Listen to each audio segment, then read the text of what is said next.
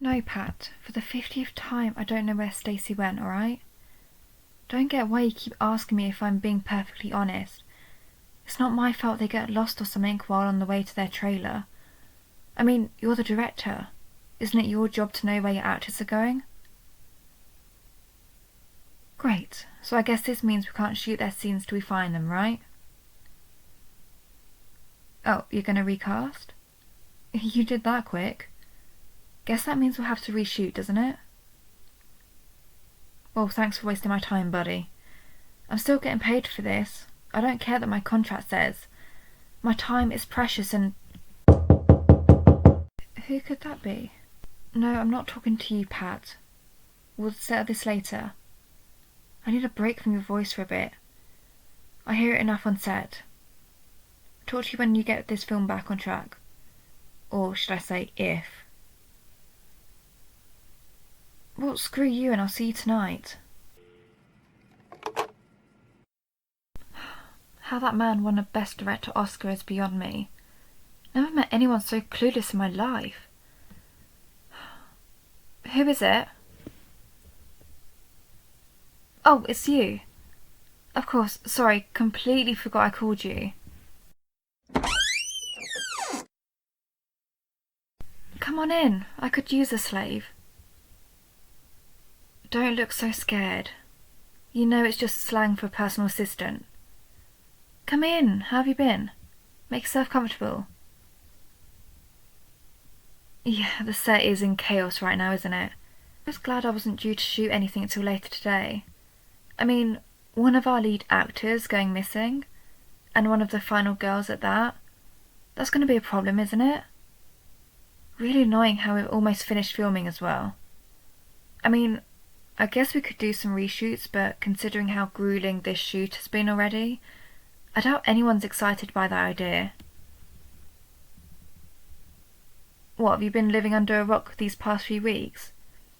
This shoot has been a nightmare. Though I guess most shoots are nightmares for PAs, aren't they? You're always being run ragged. Let's see, where to start. The director hates the scriptwriter hates the actors hate each other, the special effects team is over budget, and most of the equipment doesn't work when it's supposed to. The weather is awful, a real problem since we're shooting on location. The film industry is slowly imploding to make it even worse. The catering team just went on strike, which sucks since they were the only people that seemed to have any clue what they were doing. Besides you, of course. You've been my assistant this whole time, haven't you? You've been doing a wonderful job. You haven't complained once. Even when I get you to run for takeout in the middle of the night, you do it without even a dirty look. I respect that. You've got heart. Speaking of heart, this script has none of it. All his faults as a filmmaker and as a person, Pat is right. Whoever wrote this thing is an idiot. I'm surprised they're using their real name for it. I mean, with dialogue this bad, you'd be better off using a pseudonym or something. But then again, it is a horror film we're making, so I guess the guts and gore is what is important, isn't it? And there's certainly been lots of that. Despite everything, I have enjoyed playing this character, this serial killer role. They were the main reason I took this project, despite the low pay. It's a bit out of my comfort zone. I'm more of a character actor, really. I have to understand what I'm playing in order to act, but it's been interesting getting into their headspace. Which is why you're here, by the way. I want to run a few lines with you for the shoot later tonight. One of my slasher scenes. Typically I'd rehearse with the other actors, but they haven't arrived yet since they're only in this one scene. Stacey's not a part of it either, so it'll probably end up happening regardless, and I need to get in the right mindset. Do you think you can do that? Great, I'm looking forward to seeing your acting chops. Who knows? Maybe you're in the wrong profession. Let's begin. The direction is pretty uninspired, but you're playing one of my victims. running around the forest in the middle of the night for reasons that the script doesn't seem to think are important enough to tell us. Real award-winning stuff. Anyway, the dialogue coming up is when I leap out, holding a knife. I'm about to kill you if you couldn't guess, and you say, "Whoa, what's happening?" Awful, awful line, but go ahead, say it. Okay, then I'll say, "It's the end of the line, lady. I'm gonna eat your eyeballs." Yes, I know, awful. Truly, truly awful. But again, there's something about the character that just speaks to me, even if I wish the script itself would speak a lot less. This is probably going to go straight to streaming. Truly the highlight of my career. Next thing you know, I'll be doing voice acting. Maybe even ASMR. Anyway, once I've declared I'm going to eat your eyeballs, you're going to turn around and run. You'll need to make some screaming noises to get me in the headspace. Like this. Ah! Then you'll say, "Please don't kill. Please don't hurt me. I have a family." Go ahead. Delicious. Lovely line delivery. I was right. You've got talent. I could read these lines with you all day. This is doing a wonderful job of getting me in the right frame of mind. I'm actually looking forward to the shoot now. I think the scene will be particularly dynamic. After that line you said?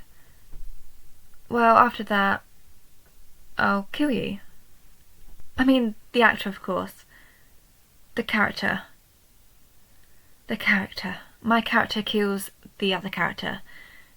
Yes, that's what I meant. Silly me. All the hours reading lines you think I'd be able to speak properly.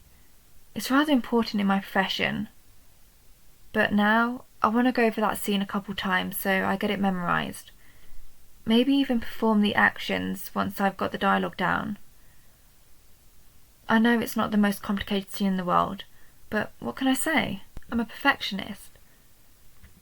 Will you help me? I'll give you a glowing review to your superior. You'll be moving up the film production ladder in no time. Oh, wonderful! First though, why don't you go and get some drinks? All this speaking certainly does build up a thirst, doesn't it? There's a few bottles of water in the fridge, next to some of the stronger stuff, but I'm saving that for after the shoot is done. Go get them, will you? One for me and one for you. It's only fair.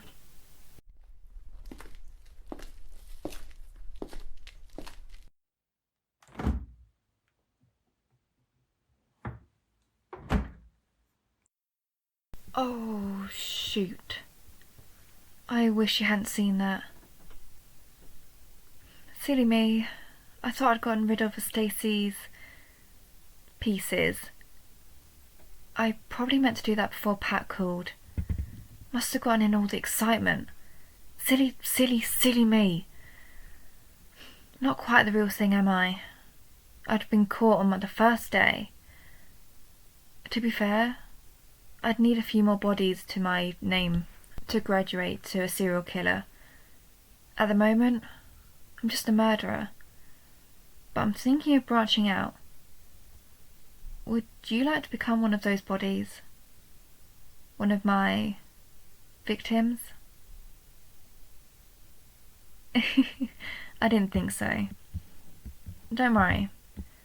I had every reason in the world to want to kill Stacey, but not a single one for you. Unless you don't bring the water. I'm positively parched. Thank you. Now come on, sit down, like we were before. Don't act scared. If I was going to hurt you, I would have done so by now, wouldn't I?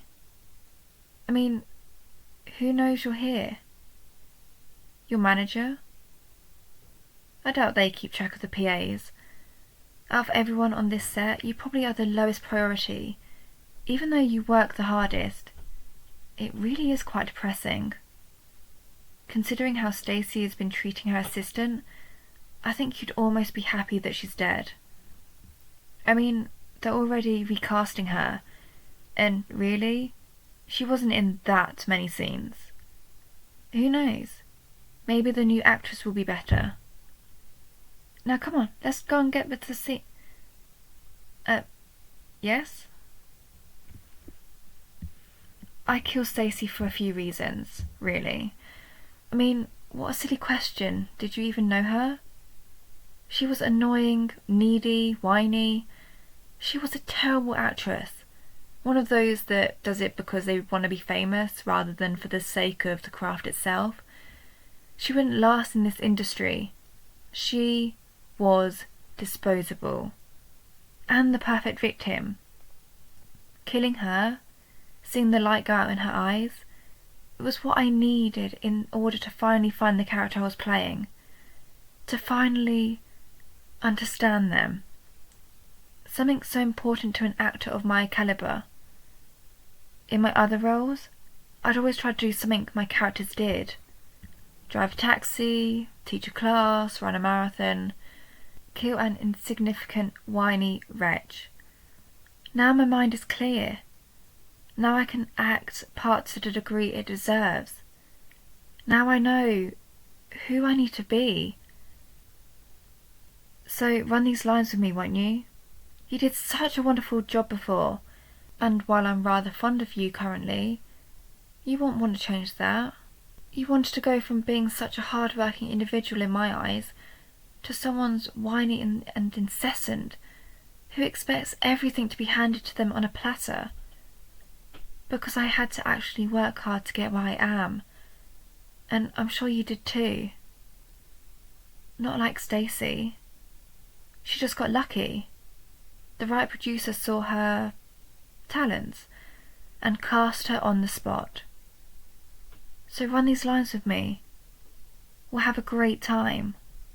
You're a wonderful script partner. Then after that, we'll dispose of her body. Would you like that? Very good. I thought you'd see sense. You know, I really like having you around. You'd be far the best PA I've ever worked with. I think I might request you to stay with me on my next shoot. That way I can always keep an eye on you.